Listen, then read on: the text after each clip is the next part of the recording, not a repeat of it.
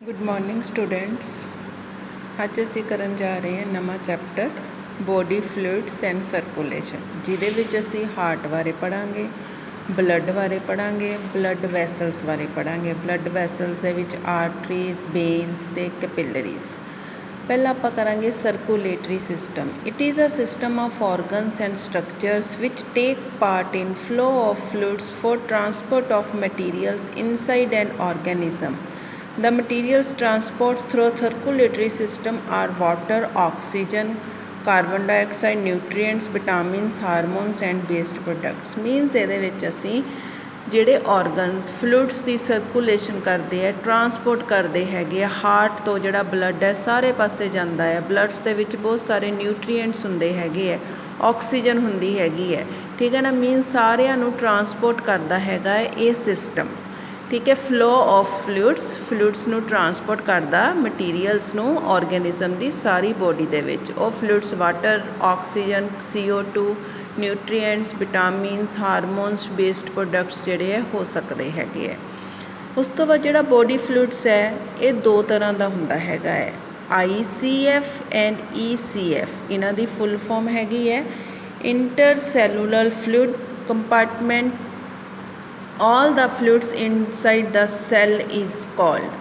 कहंदा जिन्ने भी फ्लूइड सैल दे अंदर, एक सैल हुंदा हैगा, सैल दे अंदर जगह हुंदी, एक सैल दे बाहर। अंदर वाले नूं आपां इंट्रासैलूलर बोलते हैगे, बाहर वाली जगह नूं असीं एक्सट्रा सैलूलर बोलते हैगे हैं। मीन सैल्स दे अंदर जिहड़ा फ्लूइड हुंदा है उहनूं असीं इंट्रासैलूलर फ्लूइड बोलते हैगे हैं, ते जिहड़ा सैल दे बाहर हुंदा हैगा उहनूं असीं एक्सट्रा सैलूलर फ्लूइड जिहड़ा बोलते हैगे हैं। Next is blood vascular system जां cardiovascular system. Blood vascular system के 3 कंपोनेंट्स हैगे है, हार्ट, ब्लड वैसल्स ते ब्लड। ब्लड वैसल्स दे विच असीं जिहड़ा मेनली पहला करांगे, ठीक है ना, जिहदे विच असीं आर्टरीज, वेन्स ते कैपिलरीज बारे पढ़ांगे। ये की हुंदियां हैगियां है, स्ट्रक्चर देखो ध्यान दे नाल, ठीक है। ये हैगा है अपना जिहड़ा हैगा है structure diagram showing the end of N artery and beginning of the when. ये जिहड़ा हार्ट तो जिहड़ी हैगी है आर्टरी आंदी है, ऑक्सीजनेटेड ब्लड मोस्टली हुंदा हैगा है, ठीक है। तो आर्टरी जिहड़ी हैगी जदों डिवाइड हो जाती हैगी है, ठीक है ना, इहदियां ब्रांचिज निकल जाती है तो असीं इहनूं बोलते हैगे हैं आर्टरीओल, ठीक है। इधरों जिहड़ी वेन हैगी है, वेन जिहड़ी हैगी है इहदियां जदों ब्रांचिज निकल जांदियां हैगियां इहनूं असीं बोलते हैगे हैं वेन्यूल। जिहड़ा दोनों का कॉम्बीनेशन हैगा है आर्टरीओल्स ते वेन्यूल्स आपस दे विच जिथे कंबाइन करते हैगे उहनूं बोलते हैगे ब्लड कैपिलरीज। मीनस आर्टरीज ने मोस्टली ऑक्सीजनेटेड ब्लड लैके आना हैगा है, वेन्स ने जिहड़ा डीऑक्सीजनेटेड ब्लड लैके आना हैगा। इत्थे जिहड़ा हैगा एक्सचेंज ऑफ जिहड़ा हैगा है होना हैगा कैपिलरीज दे विच, ठीक है। किहदे थ्रू? आर्टरीओल ते वेन्यूल दे थ्रू। असी सारा स्ट्रक्चर जिहड़ा हार्ट दा डिटेल च करांगे, किद्दां वर्किंग हैगी है हार्ट दी, किद्दां कित्थों ब्लड आंदा हैगा, कित्थे जांदा हैगा। पर उस तो पहला सानूं ये पता होना चाहिदा हैगा है मेन, ठीक है ना। दिस इज़ द डायग्राम, ठीक है। ये डायग्राम तुसीं अपनी जिहड़ी कॉपी ते भी बनाना हैगा है। ओके बच्चों, next is difference between arteries and veins.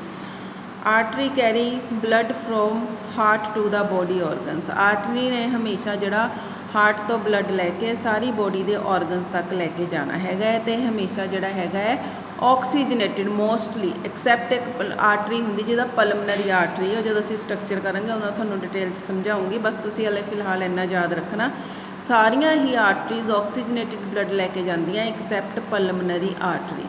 इधरों vein जिहड़ी हैगी है from body organs to heart. Body के ऑर्गनस के विच जिहड़ा डीऑक्सीजनेटेड ब्लड हुंदा, जिहदे विच CO2 की अमाउंट हुंदी हैगी है, उहनूं जिहड़ा हार्ट तक लैके जांदी हैगी है। Deoxygenated blood except pulmonary artery दे विच हमेशा डीऑक्सीजनेटेड CO2 वाला ब्लड हुंदा except pulmonary vein. Pulmonary word is related to lungs. आपां हुणे पहला चैप्टर करके हटे हैं, pulmonary word is related to lungs. Next is artery its walls are thicker. Arteries दियां वॉल्स जिहड़ियां थिकर हुंदियां हैगियां ते मोर इलास्टिक लचकीलियां हुंदियां हैगियां। वेन्स दियां थिनर ते लैस जिहड़ियां हैगियां इलास्टिक हुंदियां हैगियां।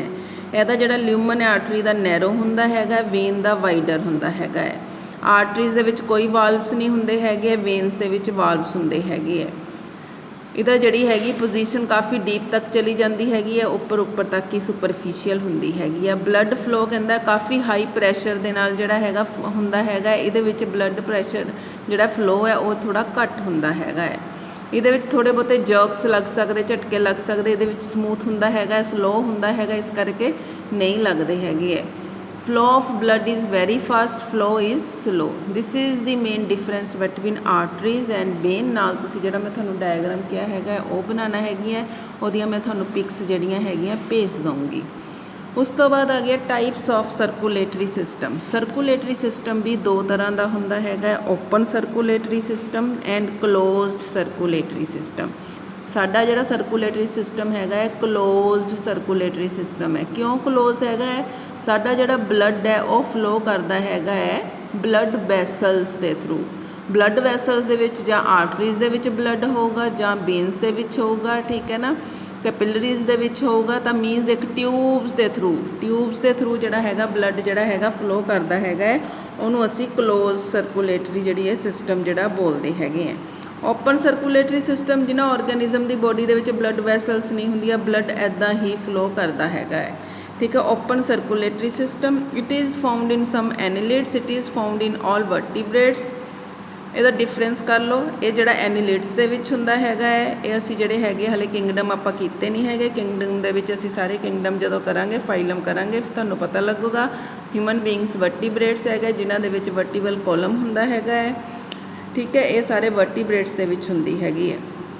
The blood comes out of the blood vessels in open spaces and channels called lacunae sinuses। ਕਹਿੰਦਾ ਜਿਹੜਾ ਹੈਗਾ ਓਪਨ ਚੈਨਲਸ ਦੇ ਥਰੂ ਜਿਹੜਾ ਹੈਗਾ ਬਲੱਡ ਫਲੋ ਕਰਦਾ ਹੈਗਾ। ਬਲੱਡ ਵੈਸਲਸ ਹੁੰਦੀਆਂ ਹੈਗੀਆਂ, ਟਿਊਬ ਫਾਰਮ ਦੇ ਵਿੱਚ ਹੁੰਦੀਆਂ ਹੈਗੀਆਂ, ਆਰਟਰੀਜ਼ ਹੋ ਗਈਆਂ, ਵੇਨਸ ਹੋ ਗਈਆਂ, ਉਹਦੇ ਥਰੂ ਜਿਹੜਾ ਬਲੱਡ ਫਲੋ ਕਰਦਾ ਹੈਗਾ ਹੈ। ਇਹ ਜਿਹੜਾ ਬਲੱਡ ਇੱਦਾਂ ਹੀ ਜਿਹੜਾ ਬਿਲਕੁਲ ਫਲੋ ਓਪਨਲੀ ਫਲੋ ਕਰਦਾ, ਇਸ ਕਰਕੇ ਇਹਦਾ ਪ੍ਰੈਸ਼ਰ ਜਿਹੜਾ ਘੱਟ ਹੁੰਦਾ ਹੈਗਾ, ਇਹਦਾ ਪ੍ਰੈਸ਼ਰ ਹਾਈ ਹੁੰਦਾ ਹੈ। ਫੋਰ ਐਗਜ਼ਾਮਪਲ ਜੇ ਤੁਸੀਂ ਦੇਖੋ ਜਿਹੜਾ ਹੈਗਾ ਪਾਣੀ ਜਿਹੜਾ ਹੈਗਾ, ਤੁਸੀਂ ਬਾਲਟੀ ਲੈ ਲਓ, ਬਾਲਟੀ ਦੇ ਵਿੱਚ ਪਾਣੀ ਲੈ ਕੇ ਤੁਸੀਂ ਜਿਹੜਾ ਹੈਗਾ ਇੱਕਦਮ ਜਿਹੜਾ ਹੈਗਾ ਹੈ ਜ਼ਮੀਨ 'ਤੇ ਮਾਰਦੇ ਹੈਗੇ ਆ, ਫਲੋ ਕਰਦਾ ਹੈਗਾ ਹੈ, ਠੀਕ ਹੈ ਨਾ। ਤਾਂ ਹੌਲੀ ਹੌਲੀ ਉਹ ਇੱਕਦਮ ਜਿਹੜਾ ਹੈਗਾ ਹੈ ਉਹਦਾ ਪ੍ਰੈਸ਼ਰ ਜਿਹੜਾ ਹੈਗਾ ਪਹਿਲਾਂ ਤਾਂ ਸਟਾਰਟਿੰਗ ਦੇ ਵਿੱਚ ਜਿਹੜਾ ਹੈਗਾ ਹੈ ਆਪਾਂ ਉਹਨੂੰ ਕਰਦੇ ਹਾਂ ਤਾਂ ਇੱਕ ਜਗ੍ਹਾ ਤੋਂ ਦੂਜੀ ਜਗ੍ਹਾ ਜਾਊਗਾ ਤਾਂ ਲੋ ਹੋਊਗਾ। ਪਰ ਉਹੀ ਪਾਣੀ ਜੇ ਅਸੀਂ ਟੈਪ ਦੇ ਵਿੱਚੋਂ ਉਹਦੇ ਨਾਲ ਪਾਈਪ ਲਗਾ ਦਈਏ, ਉਹਨੂੰ ਫਲੋ ਕਰੀਏ, ਤਾਂ ਉਹ ਜਿਹੜਾ ਹੈਗਾ ਤੇਜ਼ੀ ਦੇ ਨਾਲ ਉਹਦਾ ਪ੍ਰੈਸ਼ਰ ਹਾਈ ਹੋਊਗਾ, ਕਿਉਂਕਿ ਇੱਕ ਜਗ੍ਹਾ 'ਤੇ ਇਕੱਠਾ ਹੋ ਗਿਆ, ਫਿਰ ਉਹਨੂੰ ਟਿਊਬ ਮਿਲ ਗਈ, ਟਿਊਬ ਦੇ ਥਰੂ ਉਹ ਬਹੁਤ ਹਾਈ ਪ੍ਰੈਸ਼ਰ 'ਤੇ ਜਾਊਗਾ। ਪਰ ਜਿਹੜਾ ਓਪਨਲੀ ਫਲੋ ਕਰਦਾ ਪਿਆ ਹੈਗਾ ਉਹਦਾ ਜਿਹੜਾ ਪ੍ਰੈਸ਼ਰ ਹੈ ਉਹ ਘੱਟ ਹੋਊਗਾ, ਠੀਕ ਹੈ। ਇਹ ਤਾਂ ਸੀਗਾ ਓਪਨ ਅਤੇ ਕਲੋਜ਼ ਸਰਕੂਲੇਟਰੀ ਸਿਸਟਮ ਬਾਰੇ। ਸਾਡਾ ਜਿਹੜਾ ਸਿਸਟਮ ਹੈਗਾ ਕਲੋਜ਼ਡ ਹੈਗਾ, ਮੀਨਸ ਟਿਊਬਸ ਦੇ ਵਿੱਚ ਬਲੱਡ ਫਲੋ ਕਰਦਾ। ਟਿਊਬਸ ਕਿਹੜੀਆਂ ਹੈਗੀਆਂ? ਆਰਟਰੀਜ਼, ਵੇਨਸ ਅਤੇ ਕੈਪਿਲਰੀਜ਼ ਹੈਗੀਆਂ। ਉਸ ਤੋਂ ਬਾਅਦ ਬਲੱਡ ਕੀ ਹੈ? ਬਲੱਡ ਇੱਕ ਕਨੈਕਟਿਵ ਟਿਸ਼ੂ ਹੈ, ਰੈੱਡ ਕਲਰ ਦਾ ਜਿਹੜਾ ਹੈਗਾ ਫਲੂਇਡ ਹੈਗਾ ਹੈ। ਇਹਨੂੰ ਅਸੀਂ ਜਦੋਂ ਆਪਾਂ ਟਿਸ਼ੂਜ਼ ਵਾਲਾ ਚੈਪਟਰ ਕਰਾਂਗੇ ਤਾਂ ਆਪਾਂ ਉਹਦੇ ਵਿੱਚ ਆਪਾਂ ਕਵਾਂਗੇ ਕਨੈਕਟਿਵ ਟਿਸ਼ੂ ਦੀ ਇੱਕ ਟਾਈਪ ਹੈ ਬਲੱਡ, ਠੀਕ ਹੈ। ਅਤੇ ਇਹਦਾ ਜਿਹੜਾ ਹੈਗਾ ਹੈ ਨੋਰਮਲੀ ਅਡਲਟ ਦੇ ਵਿੱਚ 5.5 ਲੀਟਰ ਜਿਹੜਾ ਬਲੱਡ ਪਾਇਆ ਜਾਂਦਾ ਹੈਗਾ ਹੈ। ਅਤੇ ਇਹਦੀ ਨੇਚਰ ਜਿਹੜੀ ਸਲਾਈਟਲੀ ਐਲਕਲਾਈਨ ਹੁੰਦੀ ਹੈਗੀ ਹੈ, pH ਇਹਦਾ 7.4 ਹੁੰਦਾ ਹੈਗਾ ਹੈ। ਕੰਪੋਨੈਂਟਸ ਬਲੱਡ ਦੇ ਵਿੱਚ ਕੀ ਪਾਇਆ ਜਾਂਦਾ ਹੈਗਾ ਹੈ? ਬਲੱਡ ਦੇ ਵਿੱਚ ਪਲਾਜ਼ਮਾ ਅਤੇ ਫੋਰਮਡ ਐਲੀਮੈਂਟਸ ਹੁੰਦੇ ਹੈਗੇ ਆ। ਫੋਰਮਡ ਐਲੀਮੈਂਟਸ ਦੇ ਵਿੱਚ RBC, WBC ਆ ਜਾਣਾ ਹੈਗਾ ਹੈ, ਠੀਕ ਹੈ। ਹੋਰ ਇਹਦੇ ਵਿੱਚ ਕੀ ਪਾਇਆ ਜਾਂਦਾ ਹੈਗਾ ਹੈ? ਬਲੱਡ ਪਲਾਜ਼ਮਾ ਜਿਹੜੀ ਹੈਗੀ ਆ ਉਹਦੇ ਵਿੱਚ ਵਾਟਰ ਜਿਹੜਾ 90 to 92% ਹੁੰਦਾ ਹੈਗਾ ਹੈ। ਪ੍ਰੋਟੀਨ 6 to 8% ਹੁੰਦੇ ਹੈਗੇ ਆ। ਇਨਔਰਗੈਨਿਕ ਸੋਲਟਸ ਹੁੰਦੇ ਹੈਗੇ 1 to 2%। ਹੋਰ ਬਹੁਤ ਸਾਰੇ ਜਿਹੜੇ ਹੈਗੇ ਮਿਨਰਲਸ ਹੁੰਦੇ ਜਿੱਦਾਂ urea, uric acid, hormones, ਇੰਜਾਈਮਸ, antibodies ਜਿਹੜੇ ਹੈ ਪਾਏ ਜਾਂਦੇ ਹੈਗੇ ਆ। ਫੋਰਮਡ ਐਲੀਮੈਂਟਸ ਦੇ ਵਿੱਚ RBC, ਰੈੱਡ ਬਲੱਡ ਸੈਲਸ, ਇਹਨਾਂ ਦਾ ਦੂਸਰਾ ਨਾਮ ਕੀ ਹੈਗਾ? ਅਰੀਥਰੋਸਾਈਟਸ ਹੈਗੇ ਹੈ। These are oval biconvex nucleated in all vertebrates except mammals. In all mammals except camel and llama, the mature erythrocytes are circular, biconcave and non-nucleated। ਜਿੰਨੇ ਵੀ RBC ਹੈ ਉਹਨਾਂ ਦੀ ਸ਼ੇਪ ਥੋੜ੍ਹੀ ਓਵਲ ਹੁੰਦੀ ਹੈਗੀ ਹੈ, ਬਾਈਕਨਵੈਕਸ ਹੁੰਦੀ ਹੈਗੀ ਹੈ, ਨਿਊਕਲੀਅਸ ਹੁੰਦਾ ਜਿੱਦਾਂ ਹਰ ਸੈੱਲ ਦੇ ਅੰਦਰ ਨਿਊਕਲੀਅਸ ਹੁੰਦਾ ਹੈਗਾ ਹੈ। ਇਹਨਾਂ ਦੇ ਵਿੱਚ ਜਿਹੜਾ ਹੈਗਾ ਨਿਊਕਲੀਏਟਿਡ ਇਨ ਆਲ ਵਰਟੀਬ੍ਰੇਟ, ਸਾਰਿਆਂ ਦੇ ਵਿੱਚ ਹੁੰਦਾ ਹੈਗਾ ਐਕਸੈਪਟ ਮੈਮਲਸ ਜਿੰਨੇ ਹੈਗੇ ਉਹਨਾਂ ਦੇ ਵਿੱਚ ਨਿਊਕਲੀਅਸ ਨਹੀਂ ਹੁੰਦਾ ਹੈਗਾ ਹੈ। ਪਰ ਜੇ ਐਕਸੈਪਸ਼ਨ ਜਿੱਦਾਂ ਅਸੀਂ ਨੀਟ ਦਾ ਕੋਈ ਕੁਐਸਚਨ ਕਰਨਾ ਐਂਟਰਸ ਦੇਣੀ ਹੈ, ਫਿਰ ਇਹ ਕੁਐਸਚਨ ਆ ਜਾਂਦਾ ਕੈਮਲ ਅਤੇ ਲੈਮਾ ਜਿਹੜੇ ਹੈਗੇ ਇਹਨਾਂ ਦੇ ਵਿੱਚ ਜਿਹੜਾ ਹੈਗਾ ਹੁੰਦਾ ਹੈਗਾ ਹੈ, ਠੀਕ ਹੈ ਨਾ। ਦਾ ਮੈਚਿਓਰ ਅਰੀਥਰੋਸਾਈਟਸ ਆਰ ਸਰਕੂਲਰ ਹੁੰਦੇ ਹੈਗੇ ਹੈ ਅਤੇ ਬਾਈਕਨਕੇਵ ਹੁੰਦੇ ਹੈਗੇ, ਉਹਨਾਂ ਦੀ ਸ਼ੇਪ 'ਤੇ ਨੋਨ ਨਿਊਕਲੀਏਟਿਡ, ਨਿਊਕਲੀਅਸ ਨਹੀਂ ਹੁੰਦਾ ਹੈਗਾ ਹੈ। RBC ਦਾ ਬਲੱਡ ਦੇ ਵਿੱਚ ਨੰਬਰ ਜਿਹੜਾ ਹੈਗਾ ਹੈ ਜ਼ਿਆਦਾ ਹੁੰਦਾ ਹੈਗਾ ਹੈ WBC ਤੋਂ। WBC ਕੀ ਹੈ? White blood cells. ਜੇ RBC ਦਾ ਨੰਬਰ ਜਿਹੜਾ ਹੈਗਾ ਬਲੱਡ ਦੇ ਵਿੱਚ ਘਟ ਜਾਵੇ ਕਿਸੇ ਵਜ੍ਹਾ ਨਾਲ, ਇਨਫੈਕਸ਼ਨ ਹੋ ਜਾਵੇ, ਕੁਛ ਹੋ ਜਾਵੇ, ਫਿਰ ਡਿਜ਼ੀਜ਼ ਲੱਗ ਜਾਂਦੀਆਂ ਹੈਗੀਆਂ। ਉਸ ਡਿਜ਼ੀਜ਼ ਨੂੰ ਅਸੀਂ ਅਨੀਮੀਆ ਬੋਲਦੇ ਹੈਗੇ ਆ। ਰੈੱਡ ਬਲੱਡ ਸੈਲਸ ਜਿਹੜੇ ਜਦੋਂ ਘਟ ਜਾਂਦੇ ਹੈਗੇ, ਜਦੋਂ ਕੋਈ ਇਨਫੈਕਸ਼ਨ ਵਗੈਰਾ ਹੋ ਜਾਵੇ।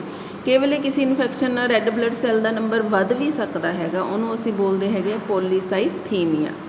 ਰੈੱਡ ਦਾ ਕਲਰ ਬਲੱਡ ਦਾ ਕਲਰ ਜਿਹੜਾ ਰੈੱਡ ਕਿਉਂ ਹੁੰਦਾ ਹੈਗਾ? ਕਿਉਂਕਿ ਇਹਦੇ ਵਿੱਚ ਪਿਗਮੈਂਟ ਹੁੰਦੀ ਹੈ। ਕਿਹੜੀ ਪਿਗਮੈਂਟ ਹੁੰਦੀ ਹੈਗੀ ਹੈ? ਹੀਮੋਗਲੋਬਿਨ ਹੁੰਦੀ ਹੈਗੀ ਹੈ। ਹਰ ਇੱਕ ਜਿਹੜਾ RBC ਦਾ ਇੱਕ ਲਾਈਫ ਸਪੈਨ ਹੁੰਦਾ। ਲਾਈਫ ਸਪੈਨ ਮੀਨਸ ਬਰਥ ਤੋਂ ਲੈ ਕੇ ਡੈਥ ਤੱਕ ਦਾ ਸਮਾਂ, ਠੀਕ ਹੈ ਨਾ, ਉਹਨੂੰ ਅਸੀਂ ਲਾਈਫ ਸਪੈਨ ਬੋਲਦੇ ਹਾਂ। ਕਿਸ ਦਾ 10 ਸਾਲ ਹੁੰਦਾ, ਕਿਸ ਦਾ 20 ਸਾਲ ਹੁੰਦਾ। ਜਿੱਦਾਂ human beings the near about 80, 90, 100 ਤੱਕ ਵੀ ਹੁੰਦਾ ਹੈਗਾ। ਡੋਗ ਦਾ 14 ਈਅਰਸ ਹੁੰਦਾ ਹੈਗਾ ਹੈ, ਡਿਪੈਂਡ ਕਰਦਾ ਹੈਗਾ ਹੈ। ਇਹਦਾ ਜਿਹੜਾ ਲਾਈਫ ਸਪੈਨ RBC ਦਾ ਜਿਹੜਾ 120 ਡੇਜ਼ ਹੁੰਦਾ ਹੈ। ਉਸ ਤੋਂ ਬਾਅਦ ਨਵੇਂ ਜਿਹੜੇ ਹੈਗੇ RBC ਬਣਦੇ 120 ਦਿਨਾਂ ਬਾਅਦ ਇਹ ਖਤਮ ਹੋ ਜਾਂਦੇ ਆ ਅਤੇ ਫਿਰ ਨਵੇਂ ਬਣਦੇ ਹੈਗੇ ਆ। ਫਿਰ ਆ ਗਿਆ WBC ਜਿਹੜੇ ਹੈਗੇ ਨਿਊਕਲੀਏਟਿਡ ਨੋਨ ਪਿਗਮੈਂਟ। ਇਹਨਾਂ ਦਾ ਕੋਈ ਕਲਰ ਨਹੀਂ ਹੁੰਦਾ, ਮੀਨਸ ਇਹਨਾਂ ਦੇ ਵਿੱਚ ਕੋਈ ਪਿਗਮੈਂਟ ਜਿਹੜੀ ਹੈ ਨਹੀਂ ਹੁੰਦੀ, ਇਸ ਕਰਕੇ ਵਾਈਟ ਇਨ ਕਲਰ ਹੁੰਦੇ ਆ, ਰਾਊਂਡ ਹੁੰਦੇ ਆ, ਇਰਰੈਗੂਲਰ ਹੁੰਦੇ ਹੈਗੇ ਆ। ਇਹ RBC ਤੋਂ ਇਹਨਾਂ ਦਾ ਸਾਈਜ਼ ਜਿਹੜਾ ਵੱਡਾ ਹੁੰਦਾ ਹੈਗਾ ਹੈ। ਕਲਰ ਲੈਸ ਇਨ ਨੰਬਰ ਦੈਨ RBC, ਠੀਕ ਹੈ। ਜਦੋਂ ਅਸੀਂ ਇਹਨਾਂ ਦੀਆਂ ਟਾਈਪਸ ਹੁੰਦੀਆਂ ਹੈਗੀਆਂ, ਅੱਗੇ ਆਪਾਂ ਟਾਈਪਸ ਹੁਣੇ ਕਰਦੇ ਹੈਗੇ ਆ। ਜਦੋਂ ਇਹਨਾਂ ਦਾ ਜਿਹੜਾ ਹੈਗਾ ਹੈ ਆਪਾਂ ਇਹਨਾਂ ਨੂੰ ਕਾਊਂਟ ਕਰਦੇ ਹੈਗੇ ਆ ਤਾਂ ਆਪਾਂ ਕਹਾਂਗੇ total leucocyte count DLC differential leucocyte count. Total WBC ਕਿੰਨੇ ਹੈ?